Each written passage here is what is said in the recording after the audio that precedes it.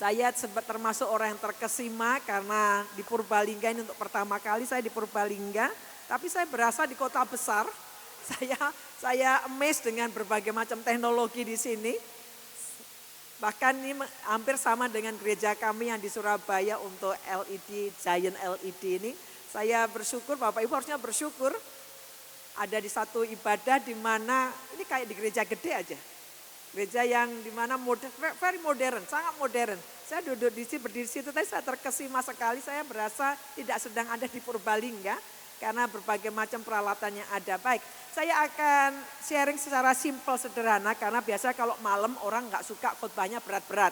Bapak Ibu mau berat atau mau ringan? Kadang-kadang banyak orang nggak suka kalau berat. Biasanya bawaannya habis makan malam terus ngantuk terus tidur. Jadi saya tidak akan mengintro diri saya karena akan terlalu panjang. Intinya saya seorang gembala.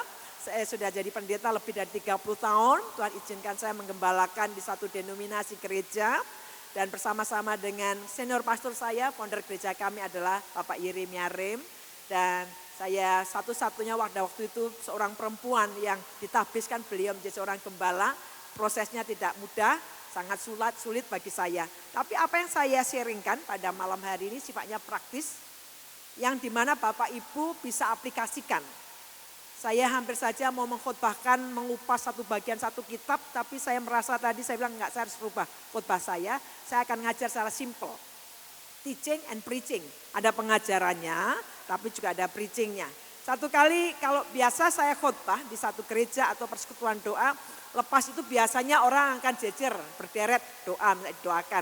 Kadang-kadang bilang begini, ini seringkali saya amati dalam pastoral, ini yang seringkali saya jumpai. Banyak orang bilang begini, contoh satu. Kak Lid, saya dipanggil Kak. Jadi mau tua, mau bagaimanapun saya tetap muda dipanggilnya Kak. Sampai hari ini tetap Kak panggilnya. Saya sudah menikah, anak kami 3, harusnya 4, 1 dipanggil Tuhan. Tidak diizinkan lahir, 2 ada di luar, 1 masih ada di Surabaya. Nah orang ini tanya begini, Kak Lid, ini saya mau diajak kongsian, mau buka toko. Ini kehendak Tuhan enggak ya Kak Lid? Saya enggak tahu, mungkin Bapak Ibu pernah ngalami satu situasi, ini kehendak Tuhan enggak sih? Sehingga banyak saya dapati orang-orang Kristen hanya bergumul cari kehendak Tuhan. Saya mau tanya secara simpel, maksudmu kamu mau dengar suara dari surga? Ya anakku, ini kehendakku atau kayak gimana? Karena untuk mencari kehendak Tuhan kadang-kadang bergumul begitu lama, akibatnya enggak bergerak-bergerak. Paham ya? Banyak orang akhirnya cuma kehendak Tuhan enggak, ya enggak. Dan untuk mengatakan ya dan tidak, Bapak Ibu kadang-kadang juga ragu-ragu. Yakin tapi tiba-tiba enggak yakin. Dan pada waktu Bapak Ibu yakin pun nanti tengah-tengah ada tantangan merasa ini benar enggak ya, salah enggak ya. Dan itu yang saya jumpai dalam pastoral, banyak orang ketika tanya begitu ke saya, kemungkinan dia sendiri sedang tidak paham. Kedua mungkin dia suruh saya kerja keras. Saya cari Tuhan, saya cari jawaban Tuhan, dia dapat barang jadinya. Ya kehendak Tuhan, ya tidak. Kadang-kadang kan banyak jemaat itu memperlakukan pendetanya kayak dukun. Jadi suruh dia yang bergumul sampai dapat dari Tuhan baru dapat jawaban jadinya. Ya enggak. Ini saya beri contoh. Pada waktu pandemi kemarin, putra kami yang pertama kena kanker, divonis kanker di Australia karena dia kuliah di sana. Saya selesai lulus kuliah, dia urus visa namanya temporary residence. Di mana dia tidak pernah berplanning bukan kena kanker, jadi insurance yang budget. Singkat kata di tengah-tengah pandemi dia divonis kena kanker, sendirian di sana di rongga dadanya ada 8 cm menjalar ke leher, kena getah bening atau dia sebenarnya blood cancer, kanker darah, stadium ketiga, 2B ketiga. Dalam kondisi itulah saya harus berhadapan dengan satu situasi yang sangat sulit. Hidup kami banyak keputusan-keputusan sulit, tetapi yang kemarin itu benar-benar saya harus bagaimana memutuskan karena anak ini ada di sana, lockdown, kami tidak bisa masuk. Jadi seperti seorang ibu, anaknya di depan sakit keras tidak bisa meluk, nah itulah kondisi saya. Di depan kesakitan, melungker, tapi saya seorang mama nggak bisa peluk, itu kondisi saya. Ini anak di sana divonis, nah yang menjadi dilema adalah apakah dibawa pulang ke Indonesia, di mana dia juga tidak di cover insurance atau tetap stay di sana dengan biaya pengobatan dan sebagainya. Di saat itulah kami harus memerlukan satu peneguhan dari Tuhan. Keputusan kami ada keputusan di mana Tuhan yang harus berbicara dengan jelas. Kalau tidak, semua ada konsekuensinya. Dibawa pulang ke Indonesia dalam kondisi pandemi yang sangat tinggi. Tinggi-tingginya pandemi masa-masa musim Delta waktu itu. Apakah ada di sana sama saja juga. Dalam pergumulan itulah, saya setiap saat bergumul di hadapan Tuhan, saya hanya nguatin putra kami lewat FaceTime. Saya bilang ke Ariel, bahkan sampai akhirnya saya membuat satu khotbah gara-gara itu. Karena putra kami ada satu journey tersendiri, kalau saya khotbahkan malam hari ini semuanya Bapak Ibu akan pulang jam 1 malam. Jadi saya harus skip itu next lain waktu nanti kalau sekiranya ada kesempatan, ada anugerah bisa datang lagi ke sini. Enggak tahu Bapak Ibu bosan atau enggak, ini kan belum dengar saya kan ya. Singkat kata saya berdoa, bergumul, saya hanya dapatkan satu kesaksian roh. Dalam impresi yang saya dapatkan, saya mendapatkan dalam bahasa Inggris begini, everything will be alright. Semuanya akan baik-baik. Nah baik-baik itu apa? Baik-baik itu sembuh atau baik-baik itu di cover biaya rumah sakitnya saya nggak ngerti. Tapi saya dapat jawaban everything will be alright, itu aja. Tapi tengah-tengah itu saya juga perlu peneguhan. Dan saya bersyukur saya ada di sebuah gereja di mana gembala senior saya meneguhkan, menguatkan dan saya punya mentor seorang dokter. Saya tanya kepada beliau apa yang saya lakukan, saya bawa pulang ke Indonesia atau di sana. Beliau cuma bilang satu aja, biar di sana. Karena pengobatannya akan berbeda. Beliau tidak tanya jumlah biaya dan sebagainya. Tetapi apa yang kami putuskan tadi, Bapak Ibu, menemani putra kami dalam semua proses hidupnya. Kami pun bahkan nggak mikir nih biayanya berapa.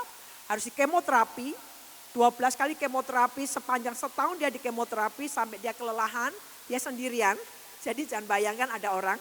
Dia harus kemoterapi sendirian, ke rumah sakit sendirian, harus masak sendirian, nyuci baju sendirian, ngurus dirinya sendirian.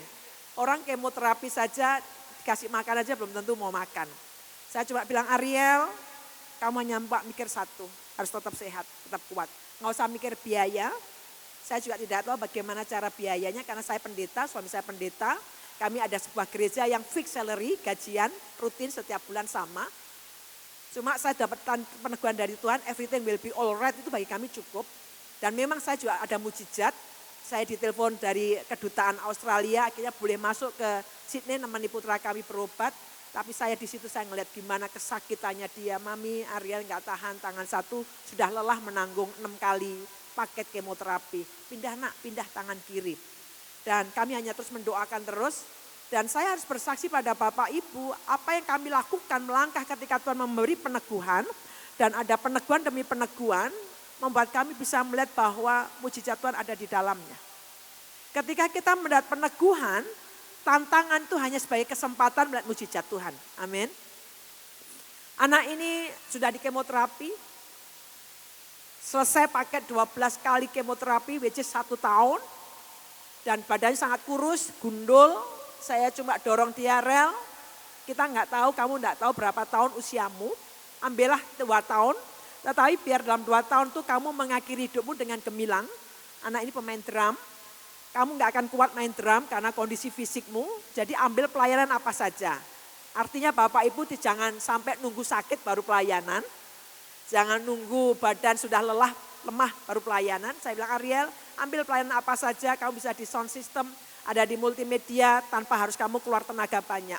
Anak ini gundul dan karena efek kemoterapi. Singkat kata 2022 Januari kemarin ketika diperiksa masih ada sisa 6 mili di rongga dadanya. Di PET scan 2 kali hasilnya tetap sama, mau nggak mau harus dibiopsi ulang lagi. Pada dibiopsi ulang lagi sebagaimana Tuhan berjanji everything will be alright. Semuanya akan baik-baik. Walaupun lewat masa kemoterapi, Bapak Ibu ini kisahnya lain-lain ya, ada orang yang mengalami kanker tapi Tuhan izinkan dia harus meninggal. Tapi ini kesaksian kami, nggak bisa kita bilang kok itu dijawab Tuhan. Tuhan menjawabnya berbeda-beda. Anugerahnya bagi setiap kita, Tuhan sendiri yang maha tahu, yang mengerti. Anak kami Januari kemarin dinyatakan sembuh sempurna. Tidak ada evidence kanker, bukan hanya itu saja. Masa dia sehat nyari kerjaan susah, justru setelah dia sembuh, dia dapat pekerjaan sebagai full time di sebuah perusahaan arsitektur. Saya melihat sebuah anugerah luar biasa.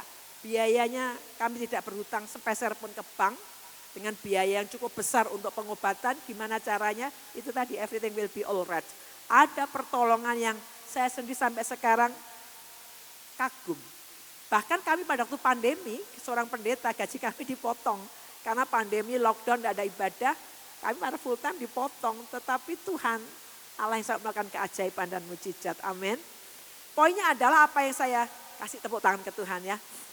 Poinnya adalah apa yang kami lakukan tadi, kami berangkat dari sebuah pergumulan. Berdoa, meminta peneguhan. Duduk di sini mungkin. Karena dalam pastoral, pelayanan penggembalaan, saya banyak menjumpai jemaat yang kebingungan. Gimana ya Kak Lid, aku ambil enggak ya kesempatan ini? Aku ambil enggak ya pekerjaan ini Kak Lid? Gimana ya Kak Lid, ini jodohku atau bukan ya Kak Lid? Jadi kebingungan. Tapi intinya adalah Bapak Ibu jangan Bapak Ibu ditentukan oleh orang lain. Bapak Ibu sendiri harus mendapatkan konfirmasi dulu. Tapi saya akan ajak Bapak Ibu ke sebuah guidance. Bagaimana Bapak Ibu dan saya berjalan mengikuti Tuhan ini dalam berharap mendapatkan sebuah peneguhan. Atau seringkali aku perlu peneguhan atau jangan-jangan duduk di sini Bapak Ibu sedang cari peneguhan. Bapak Ibu dengan saya kadang-kadang bingung ini suara Tuhan atau suara pikiran. Suara Tuhan atau suara pikiran. Kayaknya suara Tuhan tapi kok bukan. Saya akan ajak melihat bagian Injil Markus pasal 16 ayat 20 dikatakan begini. Mereka pun pergilah memberitakan Injil ke segala penjuru dan Tuhan turut bekerja meneguhkan firman itu dengan tanda-tanda yang menyertainya. Confirming, mengkonfirmasi. Itu yang bahasa kita suka tahu ya. Aku perlu konfirmasi nih. Aku perlu peneguhan. Atau Bapak Ibu kalau jalan udah jalan aja. Bapak Ibu buat keputusan Allah pokoknya dibuat nanti terserah. Kan banyak ada filosofi mengalir aja ya kan. Saya bilang itu bukan mengalir, bleber. Bleber. Hidup kita memang mengalir bawah pimpinan Roh Kudus. Tapi seringkali kita sebenarnya enggak sungguh-sungguh meminta tuntunan Tuhan. Bapak Ibu misal anak-anak muda yang mau menikah. Pernikahan itu sekali dan Pak Yeremia suka nasihati saya begini, Lid, kamu salah menikah, menikahi orang, pelayananmu akan rusak semua. Jadi pada waktu sebelum menikah pun bergumul, sungguh-sungguh meminta peneguhan, meminta konfirmasi. Bapak Ibu mau buka toko, mau pindah usaha, mau pindah kota. Bukan sekedar asal pindah.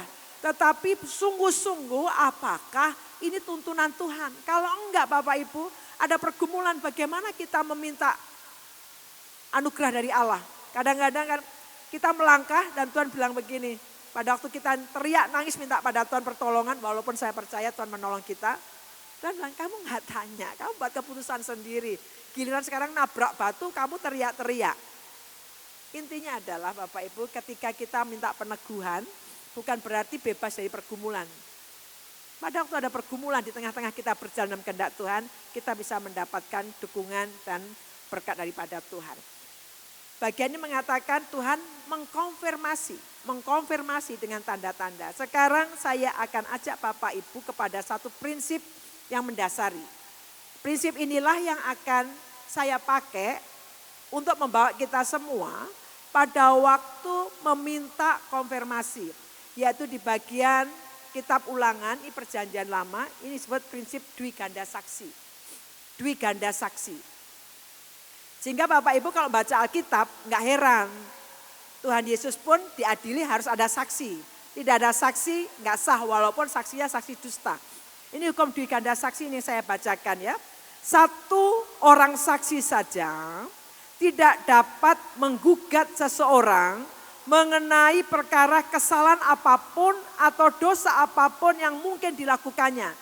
Kalau hanya satu orang menuduh, nggak sah. Tapi kata Alkitab, baru atas keterangan 2 atau 3 orang saksi, perkara itu tidak disangsikan. Jadi kalau hanya satu orang yang nuduh, nggak sah. Tapi kalau ada 2, 3 keterangan saksi, sah. Atau kalau saya kaitkan dengan tadi 2 atau 3 konfirmasi sebuah perkara sah. 2, 3 peneguhan apa yang Bapak Ibu gumulkan sah. Ini yang saya mau ajarkan pada kita semua. Karena saya mendapati dalam pastoral banyak orang akhirnya nggak bertindak-bertindak takut salah. Tapi gimana dia berjalan dalam koridor guidance ini loh caranya. Mereka nggak dapatkan. Berangkat dari hukum dui ganda saksi. 2, 3 keterangan saksi sebuah perkara sah. Artinya 2, 3 tanda peneguhan sah. Tuhan Yesus bahkan mengutip ayat ini pada waktu menasehati kalau menegur seseorang. Kalau menegur seseorang panggil saksi. Kalau 4 mata nggak bisa panggil saksi. Dan Tuhan mengutip dengan tepat kitab Ulangan tadi. Bawalah seorang atau 2 orang lagi. Supaya atas keterangan 2 atau 3 orang saksi perkara itu tidak disangsikan. Bawa saksi 2 atau 3. Sehingga perkara itu nggak diragukan lagi. 2, 3 peneguhan sebuah pergumulan yang Bapak Ibu sedang mencari tuntunan sah, valid. Bahkan Paulus pun mengatakan di kitab 2 Korintus, baru dengan keterangan 2 atau 3 orang saksi suatu perkara sah. Sampai di sini Bapak Ibu paham? Artinya hukum dui ganda saksi mengajar kita semua pada waktu kita mau membuat keputusan penting. Bapak Ibu mau pindah kerjaan, ada tawaran, aduh prospeknya luar biasa ini. Kadang-kadang kita terkecoh prospek kan. Sambil contoh. Putra kami kedua pada waktu itu kepingin sekali sekolah di Jerman. Bapak dan Ibu kami pendeta, kami tidak pernah membuat anak-anak kami dengan berkata, kamu nggak tahu diri, anak pendeta aja sok-sokan. Enggak, kami selalu ngajar anak-anak kami punya iman. Kami selalu bilang bapak ibumu pendeta, tapi bapakmu di surga maha kaya. Kami mendorong anak-anak untuk punya iman. Mendorong anak-anak untuk punya mimpi. Anak kami yang kedua tahu bapak ibunya pendeta dengan salary, dengan gaji seperti layaknya orang yang kerja di kantoran. Dia tahu persis untuk menyekolahkan ke luar negeri. Dia tahu pada waktu kami menyekolahkan putra kami pertama di Australia, saya banyak teman, pendeta yang bergaya lah, pendeta yang sok lah. Bapak Ibu, tapi saya mau buat kesaksian, anak ini berangkat karena Tuhan sendiri yang menolong. Kesegirangan anak yang kedua. Dia bilang gini, Mam, Rafael kepingin kuliah di Jerman. Mau kuliah di mana? Di Aachen, di tempat B.J. Habibie dulu. Ambil apa? Teknik mesin. Kita dorong dia bukan hanya kepingin, tapi dia melakukan. Banyak anak-anak muda kepingin, atau kita kepingin, tapi kita nggak melangkah. Tapi putra kami melangkah, dia les bahasa Jerman. Dari kelas 1 SMA, dia les, dia tempuh jarak rumahnya itu kami di Citraland, lesnya di arah Kertajaya. Kurang lebih 1 jam dia harus jarak tempuh tiap hari. Tiap hari dia les bahasa Jerman demi cita-citanya. Bersama dengan teman-temannya tiap hari les bahasa Jerman. Sampai 3 tahun penuh dia belajar bahasa Jerman, bukunya tebel-tebel. Dia merasa sudah cukup bisa untuk ambil kuliah. Dan kami harus sampai kepada peneguhan selanjutnya. Karena kalau tidak, ini anak kelihatan memang beriman, kami memang dorong dia beriman. Tetapi kita juga harus mempercayai, saya bilang begini ke Rafael, Rafael percaya tentang prinsip buka tutupnya Tuhan. Maksudnya apa Bu? Bapak Ibu seringkali ketika sebuah prospek kelihatannya, waduh ini prospeknya luar biasa, tiba-tiba Tuhan tutup, kita ngamuk kan sama Tuhan. Tuhan ini padahal loh, kayak begini prospeknya luar biasa. Bapak Ibu baca kisah para rasul. Pada waktu Rasul Paulus mau memberitakan Injil ke daerah Asia kecil, artinya melakukan kehendak Tuhan, ditutup oleh Roh Allah. Itu melakukan kehendak Allah, memberitakan Injil. Terus kemudian Paulus pindah ke daerah Misia Bitinia, ditutup oleh Roh Yesus. Nah seringkali ketika kita ditutup jalannya, kita merasa Tuhan kenapa nggak buka jalan? Pak, Ibu, Bapak, Ibu dan saya, pandangan kita hanya terbatas, sebatas panca indera. Tetapi mata Tuhan melampaui dalam kekekalan. Setingginya langit dengan bumi, demikian pikiran kita dengan Allah. Saya hanya bisa mandang begini walaupun major saya, pelayanan saya di deliverance, pelepasan sebagainya. Tapi Allah Maha tahu. Seringkali ketika ditutup kita marah. Padahal itu untuk kebaikan kita. Saya bilang ke anak saya begini, Rafael, kita harus mempercayai buka tutupnya Tuhan. Kalau sampai deadline, sampai waktunya bayar, dana belum tersedia cash, kamu tahu bahwa itu ditutup Tuhan. Bukan tidak beriman, kami beriman makanya kami melangkah. Sekarang kami perlu ada peneguhan, perlu satu konfirmasi, yes that's it gitu. Maksudnya 2-3 keterangan saksi sah. Sehingga pada waktu kami dalam perjalanan nanti ada pergumulan, Kami bisa berharapkan tentang mujizat Tuhan dan pertolongan Tuhan. Singkat kata Bapak Ibu kurang beberapa hari. Dia bilang, Mam, college-nya bisa di Jakarta. Artinya biaya hidup lebih ringan lagi. Tapi toh tetap mahal Bapak Ibu. Mahal sekali. Akhirnya mendekati kurang beberapa hari. Dana terkumpul perbandingannya adalah 90%. Berarti kurang 10%. Kurang sedikit kan? Betul enggak? Demi anak kan? Demi cita-cita anak enggak salah dong Bu. Ngutang demi Bu ini masa depan anak terbentang luas. Demi masa depan anak enggak ada salahnya. Saya tarik kartu kredit 90% sudah cash tersedia. Kurang 10%. Apakah harus begitu? Tadi kan dealnya adalah kalau dana tidak tersedia cash, kita tahu berarti Tuhan tutup jalannya. Berapa kali kita melihat salah menafsirkan pada waktu Tuhan kurang sedikit nih Tuhan, kurang sedikit. Udah ya Tuhan aku tarik kartu kredit aja. Dan pada waktu kita terperosok kita marah sama Tuhan. Kita seringkali berupaya menggolkan sesuatu yang sebenarnya sama Tuhan ditahan. Hanya untuk kebaikan Bapak Ibu dengan saya. Prospek Bapak Ibu 90% sudah terkumpul dananya. Kurang 10%, apalah artinya 10%? Saya bisa tarik kartu kredit, saya bisa ngutang. Tapi saya bilang ke anak kami, Rafael, kita sudah deal. Kalau tidak 100% terkumpul dananya berarti Tuhan tutup jalannya. Akhirnya kami bilang, Rafael kamu gak boleh marah sama Tuhan. Putar otak, segera pindah sekolah. Akhirnya dia cari sekolah dan dia kuliah di Widya Mandala Surabaya, dia ambil teknik kimia. Persingkat cerita, setelah dia lulus, dia cerita begini ke saya. Mami, untung Rafael dulu gak ambil kuliah di Jerman. Walaupun ceritanya panjang tanpa saya ceritakan di sini, tapi intinya dia belajar sesuatu. Walaupun awal-awal dia marah, kenapa mamiku gak fight untuk saya, hanya 10% aja. Tapi kita kan melihat tuntunan Tuhan. Ini penting dalam hidup kita. Seringkali kita nerobos sesuatu yang sama Tuhan ditutup. Dan pada waktu terjadi masalah kita marah sama Tuhan. Padahal berulang-ulang Tuhan mau menyelamatkan Bapak Ibu dengan saya. Anak ini bilang, Mam untung Rafael dulu nggak ambil kuliah di Jerman. Beberapa temannya harus balik ke Indonesia, ulang lagi kuliah di Surabaya. Which is artinya udah keluar banyak uang. Anak ini lulusan Surabaya tetapi sekarang kerjaannya di Australia. Saya melihat bagaimana tangan Tuhan itu mengerjakan banyak hal. Ini contoh.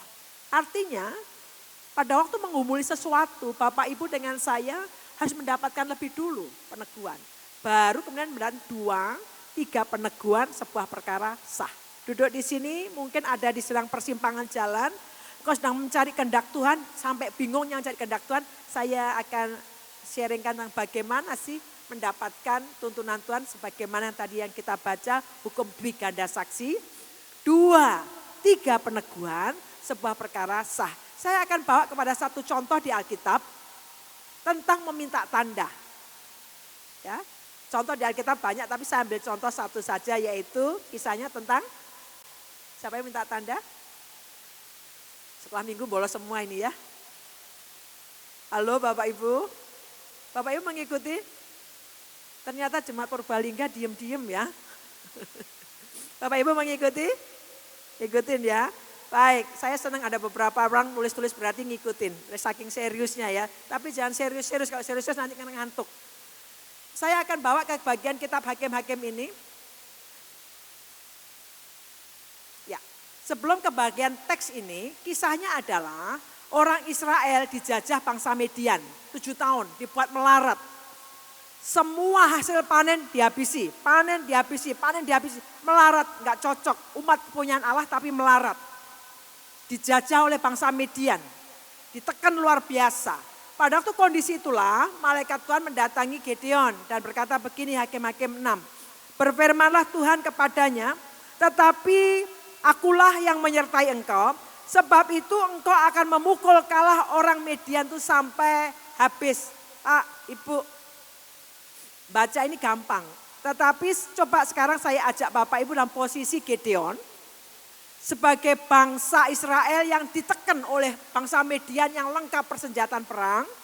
Ini bangsa Israel itu melarat sampai Gideon saking begitu takutnya untuk hasil panennya direbut. Dia ngirik gandum di bawah tempat ini untuk anggur. Pemerasan anggur, sembunyi. Terus kemudian Tuhan bilang gini, Gideon, aku mau pakai kamu ini untuk mengalahkan orang Median. Saya akan jawab Bapak Ibu, saya punya logika, punya pikiran. Yang benar aja Tuhan, ini proyek bunuh diri. Di atas kertas jelas kalah. Karena orang Median penuh dengan peralatan perangnya, perang Israel nggak punya. Ini seperti contoh gini Bapak Ibu ya. Karena dalam hidup saya itu banyak perlu peneguhan demi peneguhan. Saya dulu juga kerja, saya orang kantoran. Waktu Tuhan panggil saya untuk melepaskan semuanya, saya dapat firman Tuhannya begitu kuat. Karena background saya bukan Kristen ya. Jadi saya belum membaca semuanya, tetapi ayatnya begitu jelas berkata pada saya, Yeremia 1 ayat 5-7, sebelum kau dikandung ibumu aku sudah mengenal engkau, dan aku menetapkan kau nabi bagi bangsa-bangsa, kemanapun kau kutus kau harus pergi. Begitu jelasnya ayat panggilan itu, mau nggak mau saya harus melepas kerjaan. Tapi saya punya otoritas yaitu ibu saya anak nomor 3 hanya saja sebagai tulang punggung. Saya bilang ke ibu saya sebagai otoritas karena 2-3 peneguhan, sebuah perkara sah. Saya bilang ke ibu saya, Ma, aku mau sekolah Alkitab, mau lepas kerjaan. Jawabannya langsung segera datang dari ibu saya. Tidak boleh. Gak boleh. Karena saya harus membiayai adik-adik saya sekolah. Saya harus membiayai ibu saya. Gak boleh. Padahal tuh gak boleh. Di situ saya harus minta tanda lagi dari Tuhan. Karena saya butuh peneguhan. Saya gak bisa nomor 1 Tuhan. Saya harus tunduk pada Tuhan. Orang tua dilawan. Gak begitu juga caranya. Otoritas diberikan sebagai naungan kita. Saya datang sama Tuhan, saya membawa kitab Amsal. Tuhan, hati raja ada di tangan Allah. Tuhan akan membelokkan seperti batang air kemana engkau mau. Kalau Tuhan betul panggil saya, seperti Gideon ini. Kalau betul Tuhan, engkau panggil saya, memimpin orang Israel mengalahkan Median. Give me a sign, katanya Gideon. Katanya beginian, if now have found favor in your eyes. Kalau aku mendapatkan favor, kemurahan di matamu, kasih aku. Then show me a sign, kasih aku tanda. Sama, saya juga begitu. Tuhan, kalau betul bahwa engkau yang panggil saya jadi hambamu sepenuh waktu. Bicara pada otoritas saya. Waktu itu ada doa malam, seperti kayak begini ada doa malam. Selepas doa malam tiba-tiba ibu saya bilang begini, Lid, aku tahu kamu dipanggil Tuhan. Loh mama kok tahu? Saya tanya gitu kan.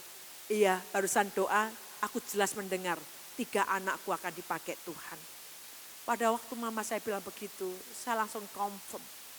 Ada tantangan? Ada. Waktu saya sekolah Alkitab tantangan ada. Tetapi tantangan itu hanya kesempatan untuk saya melihat kebaikan demi kebaikan Tuhan.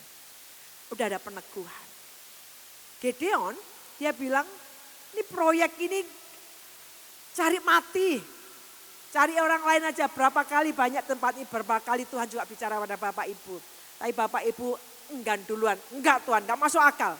Enggak masuk akal bukan berarti tidak bisa. Bukankah Allah itu spesialis untuk yang enggak masuk akal? Amin. Dia Allah pembuat keajaiban, amin. Tapi seringkali kita bilang, enggak Tuhan, enggak. Nah Gideon ini bagus, ini makanya saya ajak Bapak Ibu, kalau saat ini ada proyek yang kayaknya enggak masuk akal, bukan nekat, bukan. Untuk itulah Bapak Ibu perlu menggumuli. Minta peneguhan. Banyak kali kita enggak minta peneguhan, enggak cocok, enggak sesuai akal, enggak mau. Atau yang sesuai dengan akal kita jalan belum tentu yang sesuai dengan pikiran kita itu iya dari Tuhan. Dan Alkitab mengatakan begini, maka jawabnya kepadanya, jika sekiranya aku mendapat kasih karunia di matamu, maka berikanlah kepadaku tanda, give me a sign, bahwa engkau sendiri yang berfirman kepadaku. Malam hari ini duduk di sini mungkin ada yang sedang menggumuli sesuatu, sekarang kita akan lihat. Bapak Ibu, ini yang Gideon lakukan. Sekarang saya bertanya Bapak Ibu jawab ya. Jawaban Bapak Ibu salah benar enggak mempengaruhi masuk surga soalnya ya. Yang menetapkan tanda Gideon atau Tuhan? Aku minta tandanya kayak begini, Gideon atau Tuhan? Halo? Gideon. Terima kasih. Gideon kan, bukan Tuhan kan? Yang Gideon bilang, aku bikin ujian lewat bulu domba. Siapa yang menetapkan itu? Gideon. Nah problemnya adalah banyak anak-anak Tuhan meminta konfirmasi, minta tanda. Saya tanya, tanda apa yang kamu minta? Terserah Tuhan, itu namanya ilmu gatuk. Contoh nih, contoh. Ada orang lagi sama-sama single jatuh cinta. Mencari tuntunan Tuhan, ini jodohku atau enggak. Saya tanya tandanya apa? Pokoknya terserah. Ya itu namanya semua jawabannya pasti iya. Iya kan? Hanya gatuk-menggatuk, wah dicocok-cocokin. Meminta tanda adalah Bapak Ibu yang membuat sebuah kesepakatan. Gimana caranya kita menafsir tanda dari Tuhan? Tuhan gak perlu tanda Bapak Ibu, dia Allah, dia maha tahu, maha besar. Bapak Ibu dengan sayalah perlu tanda yang bisa terlihat. Bapak Ibu dan sayalah yang suka ragu-ragu, itu sebenarnya perlu peneguhan. Tuhan gak perlu peneguhan. Tapi intinya peneguhan, dia bilang, aku lagi minta peneguhan kali, peneguhan apa yang kamu minta? Gak tahu, pokoknya terserah Tuhan. Itu namanya ilmu gatuk. Sehingga apa yang sebenarnya bukan tanda, Pak jadikan tanda. Paham ya? Khususnya kalau keputusan itu sangat sulit. Seperti putra saya tadi. Kalau sampai deadline, dana belum tersedia, yang menetapkan tanda siapa? Kami, kesepakatan. Kalau dana tidak tersedia tunai, cash, berarti pintu ditutup. Kalau tidak, kami Tuhan 90% sudah tersedia, pasti. Pas deadline gak terjadi, ngamuk kan sama Tuhan. Katanya harus beriman. Itu yang saya sharing secara aplikatif sederhana sebenarnya bagian ini. Dan kemudian dikatakan begini, yang diminta oleh Gideon. Kemudian berkatalah Gideon kepada, yang berkata adalah Gideon. Gideon yang bicara sama Tuhan. Jika engkau mau menyelamatkan orang Israel dengan perantaraanku seperti yang kau firmankan. Tuhan yang berfirman, dia maha tahu, dia Allah yang kekal. Sebagaimana Tuhan berbicara pada saya. Kalau betul Tuhan panggil saya jadi hambamu, Tuhan bicaralah pada otoritas saya. Kalau betul engkau Tuhan mau pakai saya, lihat perantaraan saya membebaskan orang Israel. Maka aku, kata Gideon. Yang butuh tanda itu kita, bukan Tuhan. Maka aku membentangkan guntingan bulu domba di tempat pengirikan. Apabila hanya di atas guntingan bulu itu ada embun, tetapi di seluruh tanah di situ tinggal kering, maka taulah aku bahwa engkau mau menyelamatkan orang Israel dengan perantaraanku seperti yang kau firmankan.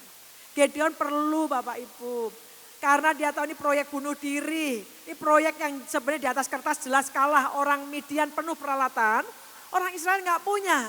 Tapi Gideon minta, kalau betul nih Tuhan, kalau betul engkau yang berfirman mau pakai aku bentangkan tanda. Kalau tanda guntingan bulu domba ini basah, silingnya kering, taulah aku bahwa engkau yang mengutus aku. Tahun 98 pasti masih ingat peristiwa kekacauan di Indonesia, khususnya Bapak Ibu yang berras tertentu ataupun agama tertentu. Tahun 98 saya menggembalakan di Denpasar, Bali waktu itu. Ada pertemuan doa di Jakarta. Dengan pembicara dari luar negeri, berbagai macam pembicara. Tapi karena meletus kekacauan, banyak pembicara mengcancel. Padahal mengcancel hanya satu-satunya pembicara yang tidak mengcancel, namanya John Dawson dari Youth with a Mission. Satu kali saya pun juga diminta mengcancel karena pertemuan ini chaos sekali, kacau sekali. Ada banyak orang mati. Bahkan jemaat kami yang di Ambon pun mati, yang terkenal Roy Pontoh itu. Pada waktu selesai ada acara retreat, dia kemudian harus dibunuh karena dia sebagai laskar Kristus pada waktu itu, makasih. Nah, singkat kata waktu itu saya ingin juga mengundurkan diri, tapi entah kenapa saya dapat impresi yang sangat kuat sekali untuk berangkat. Begitu kuatnya berangkat, saya tahu ini seperti setor nyawa. Tuhan suruh saya berangkat ke Jakarta, hadir pertemuan doa di mana pembicara cancel semua, hanya satu John Dawson. Tapi begitu kuatnya, saya mendapat peneguhan dulu. Dan saya harus, Roh Kudus bilang gini, tanya pada otoritasmu yaitu suamimu. Waktu itu saya ngomong sama suami saya begini, Skat, saya panggilnya Skat. Kayak orang Belanda, bukan skak itu catur. Skat, Tuhan suruh saya berangkat ke Jakarta, boleh enggak? Saya heran, jawaban suami saya bilang begini, pergi, maka Tuhan akan berbicara kepada kamu. Saya tahu suami saya tidak bilang, pergi kamu mati sana aku kawin lagi. Enggak begitu juga. Enggak, tetapi saya tahu dia pergi karena Tuhan mau berbicara pada kamu. Begitu jelasnya, 1, 2, 3 peneguhan sah. Saya sudah ada konfirmasi, suami saya meneguhkan, saya transit di rumah mertua saya di Surabaya, itu aja saya masih gentar. Tuhan, ini saya nggak cari mati nih Tuhan. Saya ngapain ke Jakarta kondisi chaos kayak begini nih. Kalau nggak Tuhan taruh di hati saya. Di rumah mertua saya, di ruang doa saya berlutut sujud menyembah Tuhan. Firman Tuhan datang pada saya, kitab Mazmur. Pergilah dan lihatlah perbuatan tanganku yang menghancurkan bangsa-bangsa. Taulah saya bahwa Tuhan suruh saya. Kisahnya panjang, di situ memang Tuhan banyak bicara kepada saya. Khususnya berkaitan dengan penggembalaan. Karena itu tahun ke-8 saya jadi seorang gembala perempuan. Dan saya hendak meletakkan jabatan itu karena nggak kuat, saya nggak mampu. Karena banyak serangan, tantangannya banyak. Disitulah Tuhan berbicara jelas pada saya. Dan meneguhkan sampai hari ini saya yang melayani Tuhan dan tidak mundur lagi. Bagi saya sudah ada peneguhan, sudah cukup. Tidak perlu harus bergumul banyak lagi ya. Baik, balik bagian ini. Alkitab mengatakan kalau Tuhan marah gara-gara Gideon minta tanda. Gideon, kamu kurang beriman, kamu kurang percaya, masa minta tanda? Kalau Tuhan begitu dia tidak akan kasih tanda, bukan? Banyak kali orang berkata begini, orang Kristen kalau minta tanda artinya dia kurang beriman. Saya cukup hati-hati menjawab area itu. Saya tidak akan gegabah menyimpulkan seperti itu. Karena sebenarnya Bapak Ibu dengan saya kita butuh peneguhan. Khususnya sesuatu yang betul-betul kita membutuhkan guidance dari Tuhan, tidak serampangan. Meminta tanda bagi saya tidak mau terburu-buru menyimpulkan, oh itu orang kurang beriman, kurang percaya, masa kurang sih Alkitab. Betul, Alkitab ini logos, the written word, firman yang tertulis. Tetapi ada bagian-bagian hidup Bapak Ibu yang spesifik, yang memerlukan rema. Firman yang tertulis menjadi hidup berbicara pada kita. Dan kemudian dikatakan begini, dan demikianlah terjadi. Artinya Tuhan melakukan, bukan? Dan demikianlah terjadi. Sebab keesokan harinya pagi-pagi ia bangun, dipulasnya guntingan bulu itu dan diperasnya air embun dari guntingan bulu itu secawan penuh air. Tadi prinsip di ganda saksi apa? 2, 3 peneguhan, 1 perkara sah. Ayo ulangi lagi Bapak Ibu ya. 2, 3 peneguhan, 1 perkara. 2, 3 konfirmasi, sebuah perkara. 2, 3 konfirmasi. Ini kan baru 1 konfirmasi kan. Lihat perhatikan berikutnya. Saya suka sekali teks ini sebenarnya sekolah minggu banyak ngajar. Tetapi kita mungkin melupakan. Ya dia senang. Ikutin saya aja ya. Saya terlalu pencet-pencet banyak. Oke saya baca lanjutnya aja. Lalu berkatalah Gideon, makasih, kepada Allah, janganlah kiranya murkamu bangkit terhadap aku, apabila aku berkata lagi sekali ini saja. 2, 3 peneguhan sah. Aku minta 1 kali saja Tuhan, tadi kan sudah ada peneguhan. Sudah diteguhkan, Tuhan jawab. Tapi orang Israel ngerti tentang prinsip dwi ganda saksi. 2, 3 peneguhan, 2, 3 saksi sebab perkara tidak disangsikan lagi. Janganlah kiranya murkamu bangkit terhadap aku apabila aku berkata lagi sekali ini saja. Biarkanlah aku 1 kali lagi saja mengambil percobaan dengan guntingan bulu itu. Sekiranya yang kering hanya guntingan bulu itu dan yang di atas rutana itu ada embun di balik. Kalau yang pertama tadi guntingannya basah, seling kering. Kemudian sudah dilakukan oleh Tuhan. Dan Tuhan aku minta 1 kali lagi. Karena ini proyek besar Bapak Ibu. Itu sebabnya keputusan kita hendaknya kita ini bergantung pada Tuhan. Aku minta 1 kali lagi tapi jangan marah ya Tuhan. Aku buat kalau guntingan bulu yang kering, sekelilingnya basah. Dan Alkitab berkata begini, dan demikianlah diperbuat Allah pada malam itu. Sebab hanya guntingan bulu itu yang kering dan di atas tanah itu ada embun. 2, 3 peneguhan sebuah perkara sah. Kalau Bapak Ibu membaca berikutnya, Bapak Ibu tidak menemukan lagi Gideon minta tanda. Coba baca teks berikutnya di rumah, baca lagi. Setelah diberi 2 peneguhan ini, 2 tanda ini, Gideon tidak lagi minta tanda. Pada waktu Tuhan berkata, Gideon, kebanyakan ini. Kamu bilang yang takut pulang. Gideon enggak bilang, tanya gitu, Tuhan kasih aku tanda lagi. Kalau engkau, enggak. Bagi Gideon 2-3 tanda sudah cukup. Paham ya Bapak Ibu ya? Kalau Bapak Ibu bergumul, Bapak Ibu sudah ada konfirmasi, ada 2-3 peneguhan, Bapak Ibu yakin Tuhan yang tuntun ke situ. Dan Alkitab mengatakan pada waktu Gideon bilang gini, yang takut boleh pulang.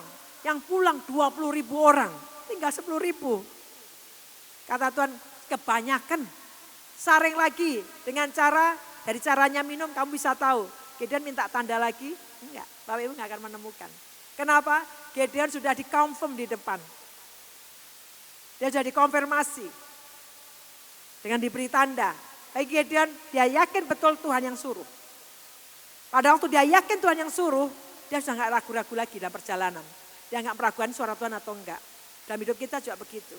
Pada waktu Tuhan mengkonfirm saya, bagaimana menghandle putra kami yang sakit kanker. Kami enggak ragu-ragu. Gimana caranya Tuhan, tolong Tuhan. Saya harus berangkat ke Australia, naik pesawat yang susah sekali. Saya naik Airbus, jumlah penumpang hanya 22. Saya nggak perlu naik first class karena tiap saat saya bisa ganti ruangan. Karena cuma 22 penumpang Airbus dengan harga yang sangat aujubillah mahal. Senior pastor saya bilang gini, Lid, visa aja kamu dikasih, masa dana nggak dikasih oleh Tuhan? Dan Tuhan memprovide dengan luar biasa. Di sana di Australia saya harus dikarantina karena kondisi lockdown, saya bayar 3.000 Aussie dollar, uang dari mana? Ya Tuhan provide. Artinya ketika Tuhan sudah memberikan peneguhan, perjalanan berikutnya adalah perjalanan untuk mengalami mujizat Tuhan. Gideon tidak tanya lagi, dia sudah tahu persis Tuhan yang suruh. Dan tinggallah 300 orang. Peralatannya orang Israel kan sederhana ya. Kalau Bapak Ibu yang di sini guru sekolah minggu, siapa guru sekolah minggu di sini? Enggak ada guru sekolah minggu ya. Berarti boleh salah semua jawabnya ya. Oke, pada waktu itu kita mengatakan Tuhan bilang gini sama Gideon. Gideon, kalau kamu masih takut juga bawa asistenmu, bujangnya. Siapa nama bujangnya? Asistennya. Berlewat pasti baca Alkitabnya, namanya Pura. Bukan pura-pura, namanya Pura. Pura dibawa sama Gideon. Pada waktu dibawa mengendap-endap di antara orang Midian, Alkitab ini luar biasa. Tuhan itu untuk meneguhkan kita pakai berbagai macam cara. Yang dapat mimpi orang Midian, bukan orang Israel dapat mimpi. Orang Midian dapat mimpi. Aku bermimpi melihat satu roti bundar menggelinding. Dikasih tafsiran lagi artinya. Itu pastilah Gideon. Dari mana mereka tahu? Tuhan itu luar biasa meneguhkan. Istilah Gideon tahu bahwa Tuhan beri kemenangan. Dan Alkitab mengatakan persenjataannya cuma sangkakala, gayung, dan obor. Melawan persenjataan perang yang di atas kertas pasti menang. Tapi persenjataan sederhana kalau Allah yang sudah suruh, kemenangan pasti terjadi. Amin. Dan Alkitab mengatakan pada waktu Gideon menyuruh mereka meniup sangkakala keras-keras, kemudian gayungnya dipukul, Alkitab mengatakan hari itu Tuhan membuat kekacauan, orang Midian saling bunuh-membunuh. Luar biasa kemenangannya. Amin. Saya akan berikan hal yang praktis bagaimana kita untuk meminta konfirmasi. Ada 3, yang pertama sejalan dengan firman Tuhan. Saya mendorong Bapak Ibu cintai firman Tuhan. Baca aja, gak ngerti Bu, baca aja. Saya dulu juga gak sekolah Alkitab Bapak Ibu, sebelum saya jadi pendeta saya baca aja. Saya baca dari Mazmur, saya baca aja. Roh Kudus itu pasti akan mengingatkan sesuatu. Bagaimana Roh Kudus mengingatkan firman kalau kita gak pernah baca firman? Baca. Karena hati Allah pasti sejalan dengan firman-Nya. Baca Alkitab. Bapak Ibu enggan atau apapun baca. Tapi juga saya nggak saran Bapak Ibu main gambling ya. Main coba-cobaan gitu. Memang Tuhan bisa, tapi saya nggak sarankan. Saking peliknya Tuhan, aku udah mumet Tuhan bicara firman-Mu.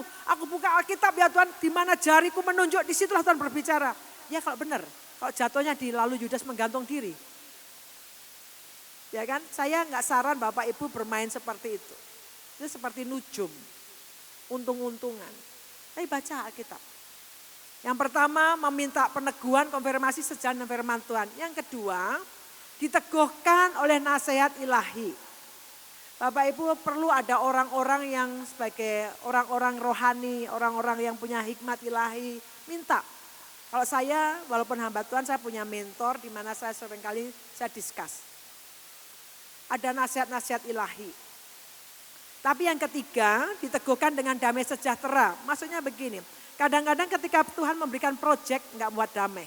Tuhan Yesus pada waktu Tuhan bahwa dia tahu menuju salib nggak damai. Kenapa? Karena untuk sesaat Allah menimpakan murka manusia kepadanya dan terpisah dengan Allah, dengan Bapaknya. Dan itu sesuatu yang sangat tidak diharapkan. Dan Kristus dalam ketakutannya, Alkitab mengatakan peluhnya berubah menjadi darah. Begitu takutnya. Tapi pada waktu dalam doanya dia berkata, bukan kehendakku yang jadi tapi kehendakmu. Maka damai sejahtera Allah yang melampaui segala akal memerintah hati dan pikiran kita. Pada waktu kehendak Bapak Ibu ditundukkan pada kehendak Tuhan, damai sejahtera. Kalau di sini mungkin suami istri punya proyek. Sang suami bilang A, istri bilang B, jangan jalan dulu. Jangan menang-menangan. Pasti punyaku ini. Jangan Bapak Ibu, mending digumuli dulu berdua. Sampai dua-dua klek jalan. Kalau udah klek jalan itu enak Bapak Ibu. Walaupun suami saya tahu bahwa saya yang paling seringkali sensitif mendapatkan vision, dapat apapun. Tapi saya enggak berkata, pasti yang saya pasti benar, enggak. Tapi berdua selalu berkata, kayaknya kayak gini. Saya kayak bilang, enggak kayaknya kita puasa aja dulu. Kayaknya kita enggak yakin, kita puasa aja 3 hari kita ambil puasa. Artinya kalau suami istri pasangan lebih baik ada dua-duanya damai. Jadi yang terakhir teguhkan damai sejahtera. Kalau nggak ada damai doa dulu sampai kita menaruhkan kehendak kita di bawah kehendak Tuhan. Amin. Kiranya renungan sederhana ini menolong kita khususnya pada waktu kita sedang mencari tuntunan Tuhan. Sehingga Bapak Ibu nggak terjebak dalam satu berlama-lama. Aku nggak tahu ini gimana ini Tuhan kok nggak ngasih tanda. Bapak Ibu yang menetapkan, kita sudah belajar dari Gideon tadi. Saya akan ajak Bapak Ibu datang pada Tuhan.